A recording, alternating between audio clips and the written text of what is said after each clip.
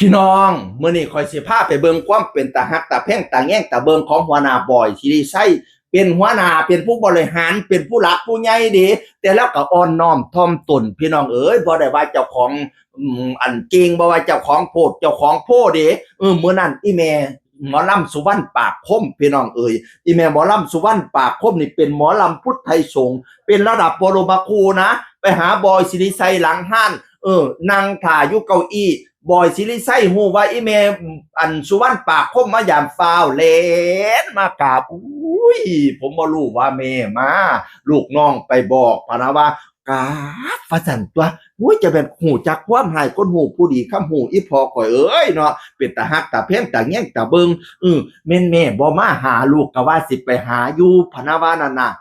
แม่สุวรรณก็เลยว่าโอ๊ยบ่ต้องไปหาแม่ดอกลูกแม่สิมาหาเองแม่เคยอยู่เหตุการณ์แบบนี้ลูกแม่เข้าใจดีถ้าเฮาลงห้านปึ๊บเฮาแม่นอยากนอนโลดเฮาสิไปบ้านไปเฮียนไปหาหม้องรับหม้องนอนบ่ซั่นก็ไปหาหม้องแสดงต่อไปโลดพะนะว่านั่นน่ะแม่เคยผ่านจุดนี้ดียับไปยากแม่มาหาแล้ว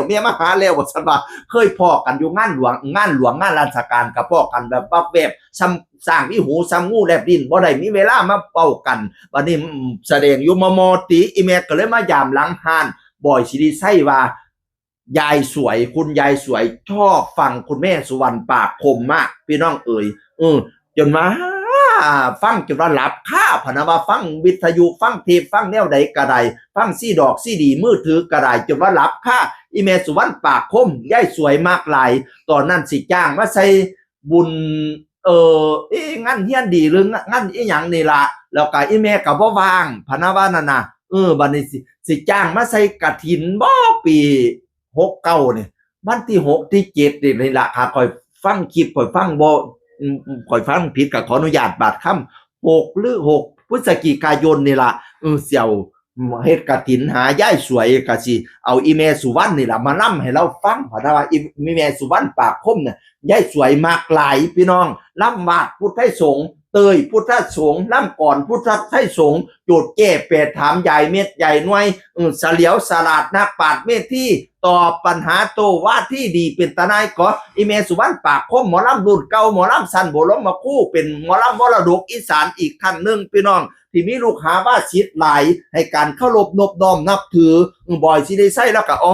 ลาบคาบหยาจะเป็นผู้ดีให้เพิ่นก็บอกก็สอนกันพี่น้องเอ๋ยนั่นลาเอ้ยเป็นดังคนดังแล้วอย่าลืมตัวเด้อได้เงินได้ค่ามาได้100ให้ปันไป20 บาทไปทำบุญนั่นทำบุญนี่ปะนะว่านั่นน่ะเฮาสิได้มีเข้ามาเรื่อยๆเงินนี่เฮาได้มาจากความหักความแพงของเปิ้นเอาปันความหักความแพงส่วนนี้ไปทำบุญนำมันสิได้ต่อยอดเข้ามาเรื่อยๆเราเป็นสายธรรมะธรรมโมเราเคยบวชซี่นำเด้อีแม่สุวรรณปากคมเนี่ยพี่น้องเอ๋ยนั่นล่ะเพิ่นก็สอนลูกสอนหลานอยู่บ่อยก็สิได้ใช้ก็ว่าโอ้ยผมบ่เคยว่าเจ้าของเด่นเจ้าของดังจักเที่ยปานนั้นว่าบ่ได้ว่าเจ้าของบ่ได้ว่าเจ้าของเลิศนะ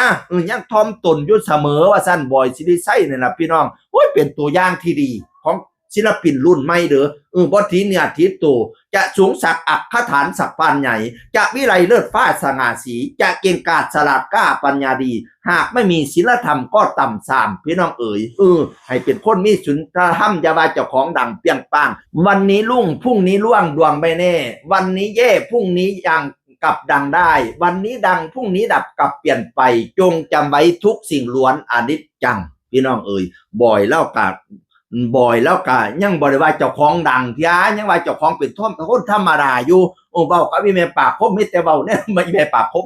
อีแม่สุวรรณปากคมมีแต่เว้าแนวดีๆนั่นล่ะเป็นศิลปินที่ค่อยชื่นชอบอีกผู้นึงเสียงคือคนเก่าเว้าสู่ฟังสวัสดีครับ